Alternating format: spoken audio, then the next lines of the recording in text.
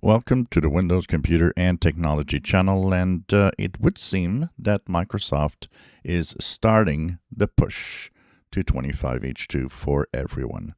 So more and more users have seen 25H2 if you're still on 24H2. 24H2, of course, will have end of support coming up this fall in October, November. That means that, of course, you'll have to move on to 25H2 at some point, and Microsoft is actually doing that.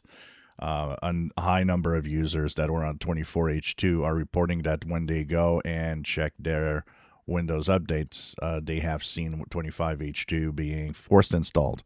It's not even an option that you want it or not. It's really the install starts, the download and install starts, and that's it. So this, of course, is the way that Microsoft does it. It goes into different phases. It starts with the seekers, as they always say, that are the ones that can see it if they go to Windows Update. Then they start slowly asking users, we got this 25H2 update. If you want it, click the download and install button. And at some point, they start forcing users into it because you have to move on at some point before we get to the fall when it is end of support.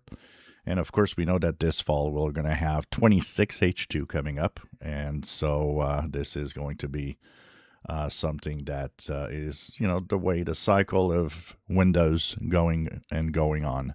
So if you start seeing 25H2 appear, if you see it forced updated, if you restart your PC one morning and you're on 25H2, well, that's because Microsoft is now sending it to pretty much everybody that has a PC that is compatible. They know with the telemetry if your PC would be okay.